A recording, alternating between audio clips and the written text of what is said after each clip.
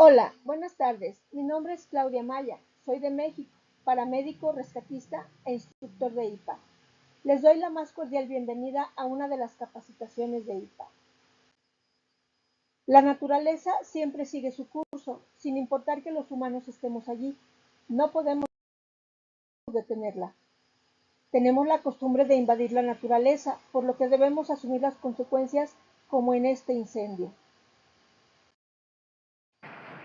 Donde quiera que construyamos casas, edificios, fábricas, los fenómenos naturales siempre estarán presentes, pues ellos han estado allí y seguirán allí cuando nosotros ya no. La basura que no recolectamos y tiramos donde sea, el viento y la lluvia la llevan a diferentes lugares, y cuando esa basura se calienta con el sol, en muchas ocasiones comienza un incendio. Cuando desviamos los cauces de agua y colocamos cemento, el agua ya no se absorbe en la tierra, por lo que se crean flujos de agua muy peligrosos para nosotros. Arrastran todo a su paso e inundan nuestras construcciones. Cuando almacenamos materiales combustibles cerca de o donde viven personas, causamos graves accidentes, inclusive desastres. Los ciclones han existido hace mucho tiempo y seguirán causándonos daños porque hacemos ciudades por donde estos pueden pasar. Por ello siempre debemos estar preparados para sobrevivir a ellos. Con el cambio climático en el planeta Tierra, tenemos lluvias intensas atípicas que nos causan graves pérdidas humanas y materiales. En lugares que antes no se llenaban de agua, ahora sucede. El nivel aumenta tanto que no podemos estar dentro de nuestras casas. Cuando son de materiales poco resistentes, tenemos mayores problemas. Por todas estas situaciones creamos IPA, International Paramedic Alliance, Alianza Paramédica Internacional, para entrenarnos, capacitarnos y adquirir habilidades específicas en situaciones de emergencias y desastres. Hoy comenzamos con el curso de primer respondiente en emergencias y desastres. Tiene una duración de 12 meses, es una modalidad teórico-práctica y tiene una carga sugerida de 15 a 20 horas mensuales. En el mes 1 veremos introducción y formación humanitaria, rol del voluntario humanitario, qué es y qué no es un voluntario en desastres, principios humanitarios internacionales, ética, conducta y responsabilidad, trabajo con autoridades y organizaciones no gubernamentales, seguridad básica del voluntario, aspectos legales de cada país en emergencias y desastres. Y vamos a tener una evaluación teórica básica. En el mes 2 tendremos la gestión del riesgo y desastres, concepto de riesgo, amenaza y vulnerabilidad, tipos de desastres de origen natural y causados por el hombre, impacto social y comunitario, análisis del entorno local, cultura de prevención, trabajo práctico, identificación de riesgos locales. En este caso, las prácticas vamos a pedir que nos graben un video y nosotros lo evaluaremos. En el mes 3, planificación y preparación comunitaria, planes de emergencia comunitarios, organización barrial ante desastres, sistemas de alerta temprana, preparación familiar, simulacros y ejercicios y una práctica guiada. En el mes 4 veremos primeros auxilios 1, las 3 S, seguridad, escena y situación, evaluación primaria, X, A, B, C, D, E, soporte vital básico, reanimación cardiopulmonar para adulto, niño y lactante por 1 y 2 reanimadores, desobstrucción de la vía aérea, bioseguridad, uso de elementos básicos y vamos a tener una evaluación práctica. En el mes 5 veremos primeros auxilios 2, hemorragias, fracturas y traumatismos, quemaduras, shock, emergencias médicas frecuentes, inmovilización y movilización básica de víctimas y una evaluación teórico-práctica. En el mes 6 veremos atención prehospitalaria básica, clasificación de víctimas, triaje básico, trauma de cabeza o de cráneo, fracturas de Lefort, trauma de columna vertebral, trauma de cuello, trauma de tórax, trauma de abdomen, trauma de pelvis, trauma de extremidades, inmovilización de lesionados, traslado seguro, atención en zonas adversas, coordinación con servicios de salud y haremos un simulacro sanitario. En el mes 7 veremos búsqueda, rescate y evacuación básica, seguridad en la escena, rescate liviano, urbano y rural, evacuación de personas con movilidad reducida, señalización y balizamiento, enfoque voluntario, no táctico ni usar. Mes 8, logística humanitaria, organización de centros de evacuados, recepción y distribución de ayuda, manejo de donaciones, agua segura y saneamiento básico, alimentación en emergencias, y tendremos una práctica operativa. En el mes 9 veremos comunicaciones en emergencias, comunicación efectiva en crisis, uso básico de radio, reportes y partes, coordinación interinstitucional, manejo responsable de información y haremos un ejercicio de comunicaciones. En el mes 10, psicología de la emergencia, reacciones psicológicas al desastre, primeros auxilios psicológicos, contención emocional, trabajos con grupos vulnerables, autocuidado del voluntario, evaluación conceptual. En el mes 11 tendremos seguridad personal y supervivencia básica, evaluación de riesgos personales, supervivencia básica urbana y rural, hidratación y nutrición, manejo del estrés, preparación del equipo personal y haremos una práctica controlada. En el mes 12 tendremos la integración y simulacro final en cada país. Haremos un repaso general, tendremos un simulacro integral de desastre, trabajo en equipo, evaluación final teórica, evaluación final práctica y aprobación final del curso. Tú puedes obtener una certificación como primer respondiente en emergencias y desastres a nivel operativo, con un aval institucional correspondiente en cada país. Empezamos con la clase del día de hoy, que es el rol del voluntario humanitario. La labor humanitaria implica ayudar a las personas cuando más lo necesitan. Los voluntarios humanitarios apoyan a personas en situación de extrema necesidad, a menudo en zonas afectadas por conflictos o desastres, garantizando la satisfacción de sus necesidades más básicas, como alimento, agua, refugio y protección. El voluntario actúa como apoyo humanitario y tiene la obligación de respetar los derechos humanos, cumplir las directivas de IPA y de la autoridad competente, así como comunicar cualquier vulneración detectada durante el apoyo prestado por los canales formales. Cuando un desastre o emergencia se presenta en tu comunidad, si tú tomas este curso, estarás preparado para ayudar adecuadamente a las víctimas de una emergencia o un desastre. Ya sabiendo los riesgos en tu localidad y estando preparado para enfrentar el antes, el durante y el después de una emergencia o desastre, así como la continuidad de operaciones y la resiliencia, que es la capacidad de una persona o una comunidad de recuperarse de un evento negativo o adverso. Un voluntario humanitario presta sus servicios voluntariamente, sin remuneración, es decir, no nos pagan por nuestro trabajo. Un voluntario en desastres, ¿qué es? Los supervivientes del desastre que forman parte del proceso de recuperación tras la fase de impacto.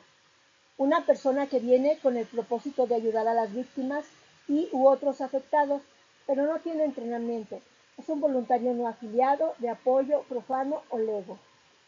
Las personas afiliadas a una organización reconocida de respuesta a catástrofes, familiarizado con el rescate y o el trabajo de recuperación, con el entrenamiento base o genérico, específico o especializado o profesional, como los de IPA. ¿Qué no es un voluntario en desastres? Una persona evacuada, una persona que viene a obtener información sobre familiares y amigos, un curioso que acude a la zona de desastres con el objeto principal de ver la destrucción causada, una persona que intenta usar el desastre para obtener ganancias o beneficios, ya sea económicos o de otra índole. En IPA no formamos héroes, formamos personas preparadas para que cuando llegue el momento sepan qué hacer. Si ofreces tu tiempo y tu experiencia para una labor solidaria, si lo haces con libertad y de manera gratuita, si te juntas con otras personas para transformar la sociedad y construir un mundo mejor, tú eres una persona voluntaria. Un voluntario formado no solo ayuda, sino que protege, acompaña y respeta, incluso en los escenarios más difíciles. La acción humanitaria es una responsabilidad ética y humana. Quien decide formar parte de ella debe hacerlo con compromiso, preparación y conciencia de sus límites, entendiendo que cada acción tiene impacto directo en la vida de otro.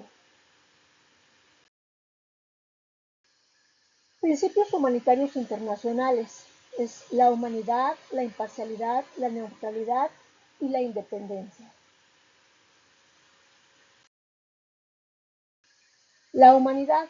La principal motivación de la acción humanitaria es salvar vidas y aliviar el sufrimiento, a la vez que se respeta y se restablece la dignidad personal. Aliviar el sufrimiento humano. Realizar una escucha activa y en forma consciente para poder contactar emocionalmente con la otra persona. Mostrar empatía. Evitar los comentarios que minimicen el sufrimiento de la persona, tipo, anímate, tranquilo, no es para tanto. Ayudar a la persona a expresar su desánimo para que se desahogue y se alivie. Proteger la vida y la salud. Implica un enfoque integral basado en hábitos saludables, dieta equilibrada, ejercicio regular, evitar el tabaco y el alcohol, prevención mediante chequeos médicos y vacunación, y el derecho humano a servicios de salud accesibles. Estas medidas fortalecen el bienestar físico y mental, previniendo enfermedades y mejorando la calidad de vida. Respeto a la dignidad humana. Todas las personas tienen el mismo valor.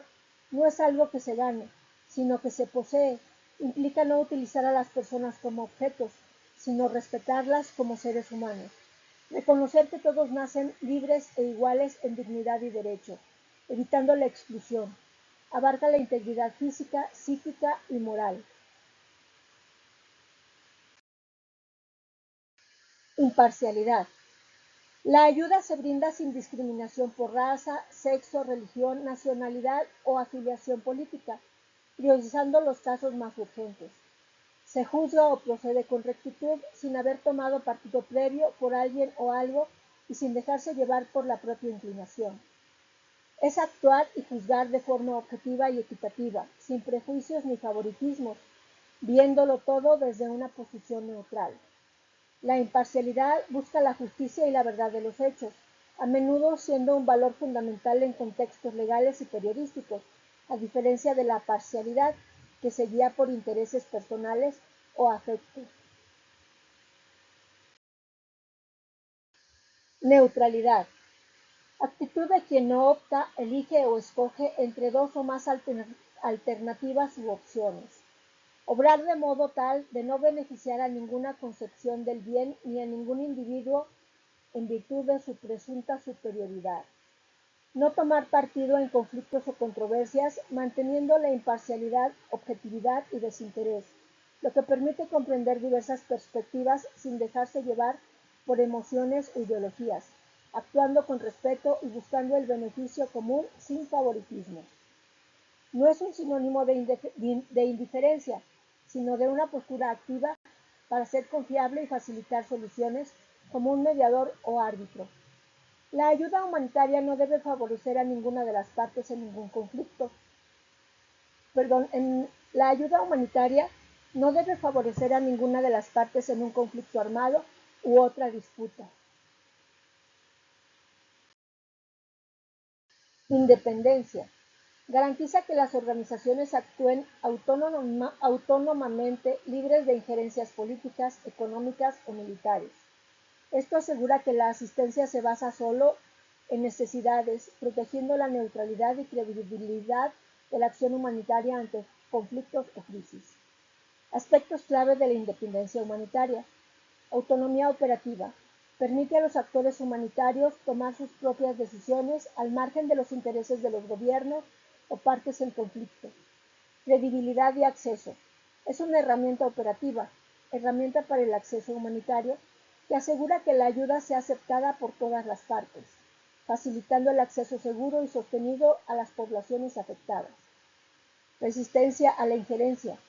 Resiste presiones externas, ideológicas o económicas que buscan desviar la acción de sus fines fundamentales, aliviar el sufrimiento humano. Vinculación, junto con la humanidad, imparcialidad y neutralidad, forma el pilar fundamental de la acción humanitaria internacional. Ética, conducta y responsabilidad. La ética es una rama de la filosofía que estudia la conducta humana, definiendo principios de lo que es correcto, incorrecto, bueno o malo, para dirigir acciones hacia el bien común.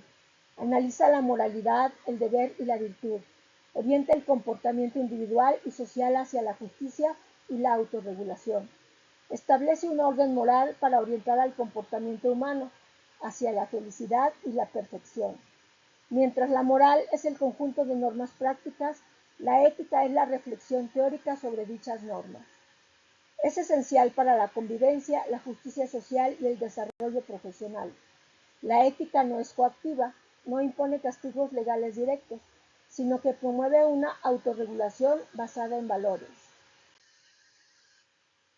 La conducta es la manera en que un individuo actúa, se comporta e interactúa con su entorno y los demás, abarcando acciones observables como caminar, hablar y procesos internos como el pensar o soñar, influenciada por factores biológicos, sociales y personales, y que puede ser voluntaria o involuntaria, innata o aprendida. Es una respuesta del organismo al ambiente con un propósito, una causa y una motivación, siendo una herramienta clave para la adaptación. La responsabilidad es la capacidad de asumir compromisos y responder por las consecuencias de nuestros actos y decisiones, tanto buenas como malas, demostrando conciencia sobre el impacto de nuestras acciones en nosotros mismos y en los demás, lo cual genera confianza y credibilidad. Implica cumplir deberes, obligaciones y promesas y hacerse cargo de situaciones o personas, siendo un valor ético fundamental que guía el comportamiento humano. Trabajo con autoridades y organizaciones no gubernamentales. Las autoridades son personas o instituciones con la facultad legal para establecer reglas, vigilar su cumplimiento y garantizar el orden y el bienestar colectivo en un ámbito específico, que puede ser local, escolar, federal o judicial en cada país. Tipos de autoridad, según Max Weber. Está la tradicional, basada en costumbres, herencia y tradición, como por ejemplo las monarquías. La carismática, derivada de la personalidad magnética e inspiración de un líder. La legal o racional, fundamentada en reglas, leyes y la posición formal dentro de una organización, por ejemplo, un presidente o un gerente de una empresa. Autoridad técnica, reconocimiento basado en la pericia, conocimiento y prestigio en una materia específica. La autoridad es una forma legítima de influencia que permite dirigir y organizar, ya sea un contexto social, político o profesional. Una organización no gubernamental es una entidad privada, independiente de la administración pública y sin fines de lucro, que surge de iniciativas ciudadanas para impulsar cambios sociales, culturales, humanitarios o ambientales. Operan a nivel local, nacional o internacional para defender derechos, brindar servicios y concientizar sobre problemáticas específicas. Características y funciones clave. Independencia. No forman parte del gobierno ni dependen de él. Sin fines de lucro. No buscan beneficio económico para sus integrantes. Acción social. Se dedican a mejorar el bienestar social, derechos humanos, ayuda humanitaria en crisis y el medio ambiente. Estructura. Funcionan con voluntarios y o profesionales. Tipos. Se clasifican por orientación, ya sea de caridad, servicio, defensa o por su alcance, que puede ser local, nacional o internacional.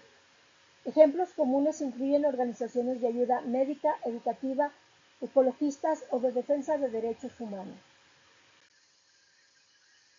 La estructura organizacional es el sistema jerárquico y funcional que define cómo se dividen, agrupan y coordinan las tareas, responsabilidades y autoridades en una empresa u organización para alcanzar objetivos. Funciona como el esqueleto o mapa, organigrama, establece la cadena de mando, mejora la comunicación y la eficiencia operativa.